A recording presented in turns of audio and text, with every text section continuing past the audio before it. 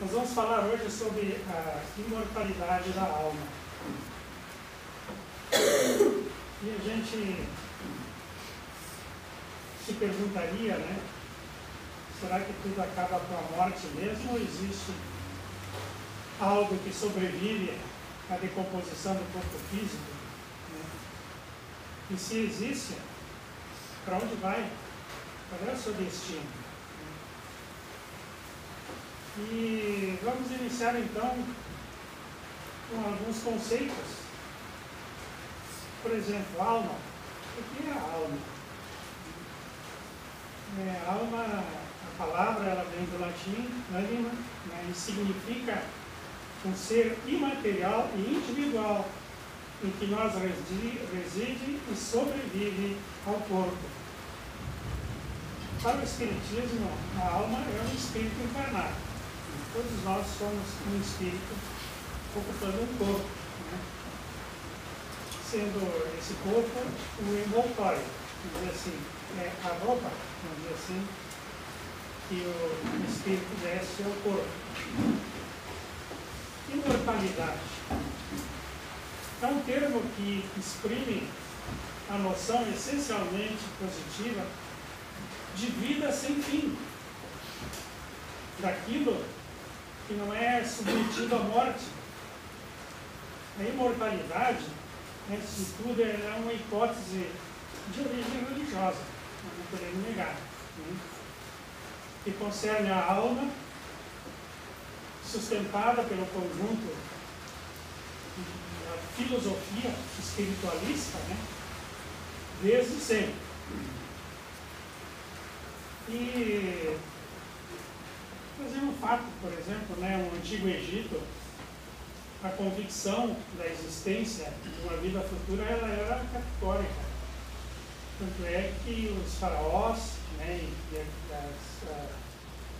os súditos mais abastados, eles embalsamavam o corpo.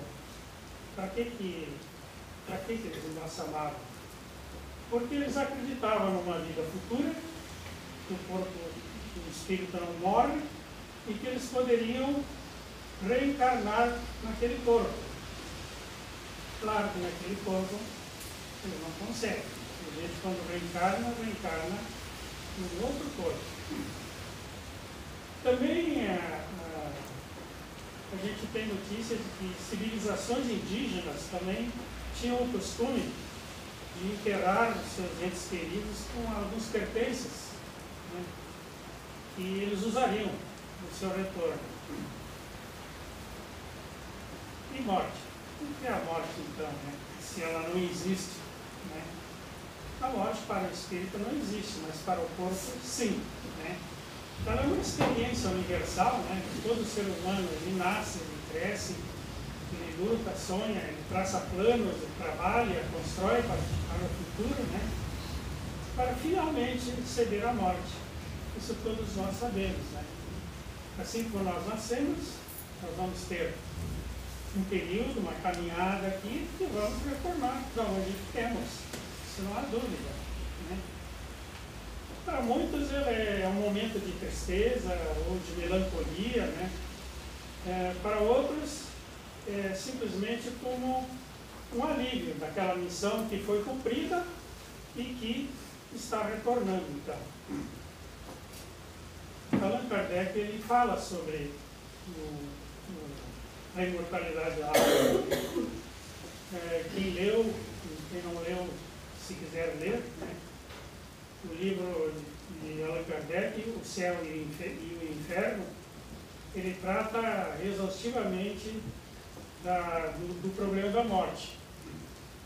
E ele nos diz que o temor da morte, ele decorre da noção insuficiente da vida futura. A gente não tem aquela noção toda, não tem aquela certeza, né? Embora se denote também a necessidade de viver e aquele receio, né, da destruição total. Isso a maioria das pessoas passam, vamos dizer assim, nessa fase.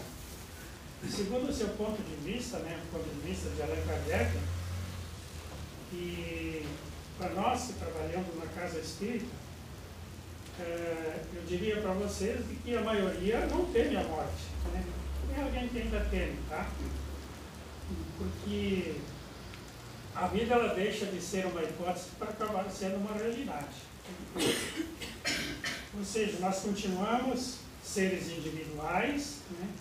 Sujeitos ao progresso, à evolução, nós estamos aqui para isso, para evoluir, mesmo com a ausência da vestimenta física. Se nós estivermos no mundo espiritual, da mesma forma, nós vamos estar evoluindo. Nós somos espíritos que nascemos simples e ignorantes, fomos criados simples e ignorantes, e que, através das sucessivas vidas, a gente vai armazenando uma bagagem, né, de conhecimento, buscando a evolução. O conceito assim, de existência e sobrevivência da alma, ele é admitido desde sempre, desde todos os tempos. Mas ele acabou sendo consolidado, isso bem mais próximo de nós, né? Com as ideias já de Sócrates, de Platão, né, de Pitágoras, e tantos outros filósofos da Idade Média, né? E foi divulgado na Idade Média e foi acrescido pelas interpretações da teologia cristã, né? Vou dizer assim, pelos grandes santos da igreja, Santo Agostinho, Tomás de Aquino, né? e outros que falavam já sobre a vida futura.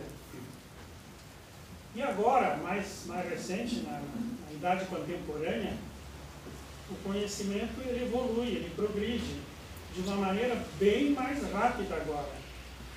Por uma série de detalhes, né? A comunicação é muito mais fácil hoje do que naquela época, lá tinha que ser boca a boca. Hoje você tem na palma da mão o que você quiser saber sobre o mundo, né? Então, e também o desenvolvimento da psicologia, da parapsicologia, né?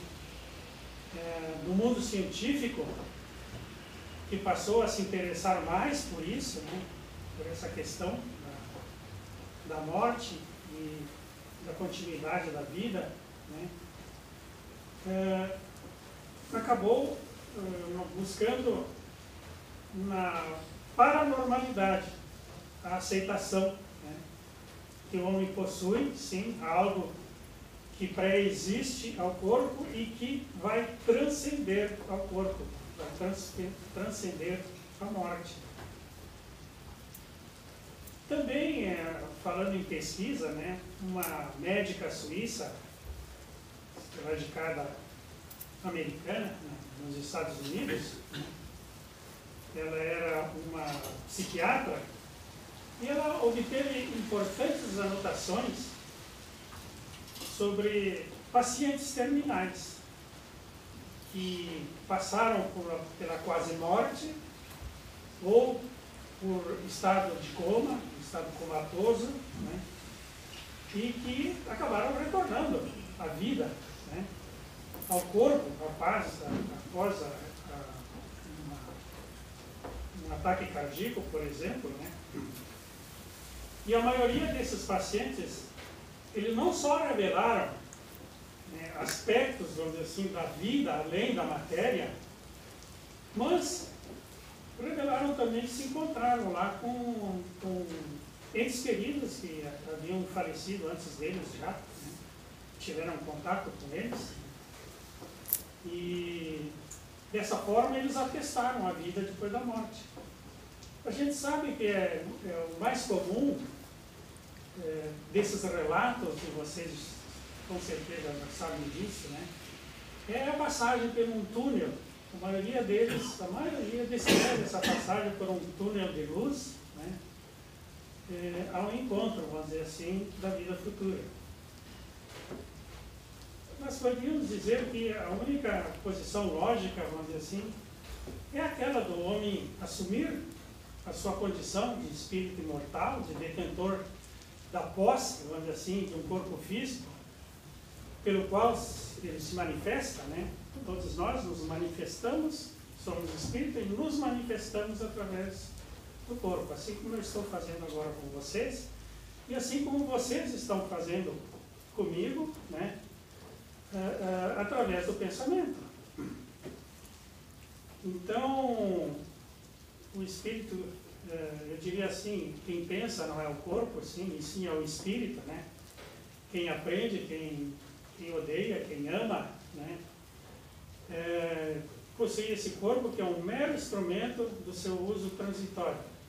E pode-se, quer dizer, que ele seria descartável, como de fato é. Nós necessitamos dele simplesmente nessa jornada, né? Quando nós retornamos, nós descartamos. E ele é imortal, o espírito é imortal e é indestrutível. E ele é o arquivo vivo, né, de todas as experiências que nós vivemos durante essa caminhada terrena. Tudo aquilo que nós aprendermos aqui, nós vamos reter esse conhecimento, né? E eu diria assim, seria um fato, né, perguntar sim, mas quando a gente nasce, a gente não sabe nada, mas a bagagem está lá, né? Tudo aquilo que nós já aprendemos está lá. E o que as crianças fazem? E nós, até a idade adulta, né? Nós reaprendemos aquilo que já sabemos. Ou seja, nós buscamos de novo, né? E acrescentamos mais experiência a esse registro, vamos dizer assim, que é o espírito. E quando cumprimos mais uma jornada na Terra, né, com a perda do corpo físico, os espíritos seguem a sua pátria, a pátria espiritual, conduzindo toda essa bagagem, né, das obras que acumulamos, nas obras que aqui deixamos, né, nas nossas existências físicas. Por isso que não dá da gente deixar, vamos dizer assim, para amanhã o que se pode fazer hoje, né? Preparar-se para tal acontecimento, para a morte, né? A gente normalmente não se prepara para morrer, né? A gente se prepara para viver, mas a gente não se prepara para morrer. Mas é uma coisa que a gente tem que admitir e tem que buscar esse conhecimento, porque ele vai nos facilitar lá adiante, né? A adaptação, vamos dizer assim, a essa nova realidade, ela dependerá sempre da forma como nós tivemos nos preparado para esse momento. Nós retornamos ao plano espiritual, nem anjos, né? Ninguém vai sair daqui anjo, santo, mas ninguém vai sair daqui também demônio, né? Seremos homens, seremos mulheres, almas e aprendizadas, despojadas do corpo físico. Seremos os mesmos homens e mulheres que nós éramos antes de morrer. A vida continua. Ela não tem duas fases. Assim como nós nascemos, quando nós morremos, a vida continua. E a desencarnação, ela não modifica, vamos dizer assim, os nossos hábitos, os nossos costumes, e não nos outorga títulos e nem conquistas, né? Eu citava um exemplo simples para que se possa entender. Se eu sou o prefeito de Flores da Cunha, não adianta eu chegar lá e querer botar banco, eu sou o prefeito. Não tem títulos, não tem valor nenhum. Tem as obras que nós fazemos, aquilo que nós deixamos aqui e aquilo que nós levamos conosco, né? A morte não nos tira os méritos e também não nos tira as realizações, né? Cada um se apresenta após a morte exatamente como sempre viveu. Não ocorre nenhum milagre, né, de transformação para aqueles que atingem essa morada maior, vamos dizer assim, né? E raros são aqueles que despertam com a consciência livre após essa inevitável travessia. Ou seja, a maioria das pessoas elas fazem essa travessia de uma maneira brusca. E a grande maioria, muito vinculada ainda intensamente às sensações da matéria. E acaba então se demorando por causa disso, né? Ignorando essa nova realidade. Por isso que muitas vezes as pessoas nos procuram aqui e dizem: minha mãe faleceu faz 3 anos, mas eu sinto a presença dela lá em casa. Né? Se ela sentiu, é porque a mãe dela está lá, não tenho dúvida disso. É que a mãe dela não conseguiu sair, não conseguiu transpor, vamos dizer assim, a barreira da nova identidade. Né? Sente a alma então visitada por aflições, por receios, quando chegam lá, né? Por remorsos. Muitas vezes o remorso vem, como não existe inferno, nem céu, nem purgatório, o que existe sim é o remorso daquilo que podíamos ter feito e não fizemos. Né? Poderíamos ter realizado muito mais. E se cada um refletisse, né, um pouco, acabariam percebendo que a vida sem nenhuma modificação, absolutamente sem nenhuma. Falando um pouco agora dentro da doutrina, né, para o Espiritismo, a vida espiritual ela é uma vida normal, né, tanto igual à encarnada. A vida corpórea é uma fase temporária, simplesmente, né, em que o espírito se reveste desse envoltório material e de que se despe na ocasião da morte. Todos nós partimos do mesmo ponto. Eu acabei de dizer, né, que a gente nasce ignorante, né, e buscamos, vamos dizer assim, o progresso, buscamos a evolução, né, e estamos sujeitos a essa, é uma lei, a lei do progresso é uma lei divina. E aqueles que praticam o bem evoluem mais rapidamente, aqueles que praticam o mal vão se demorar um pouco mais. Mas Deus, na sua bondade infinita, Ele concede todas as encarnações que forem necessárias para que as pessoas consigam alcançar, vamos dizer assim, a evolução que se espera. Né?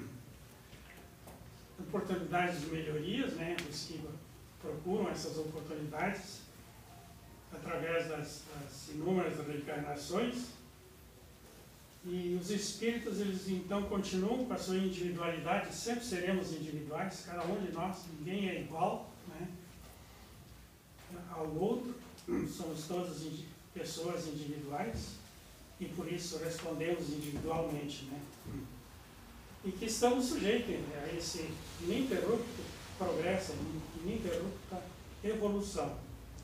Para concluir, então, eu apenas diria que a imortalidade da alma ela é um fato concreto, né? E cabe-nos dessa maneira, né, com auxílio de explicações racionais, né, e convincentes do Evangelho, né, pautar a nossa vida segundo os ensinamentos morais deixados por Jesus. Eu dizia também que o Evangelho ele é o nosso manual. Né? A gente, quando compra um bem, acompanha o manual para a gente aprender como é que funciona. Né? O nosso manual é o Evangelho. Por isso que nós indicamos sempre a leitura do Evangelho e recomendamos sempre o Evangelho no lar. E a casa que faz o Evangelho no lar, a maldade não entra lá. Entra o amor, entra a paz, mas a maldade jamais. Então, esse é o tema que eu deixaria para a reflexão de cada um, né? E nós temos que nos preparar sempre para a morte, nós temos que conhecer o outro lado, né? Para que a gente, quando chegar esse momento, a gente não fique perdido, que nem muitas pessoas que desencarnam acabam perdidas, sem saber para onde ir. Vou pedir então para que fechemos nossas horas.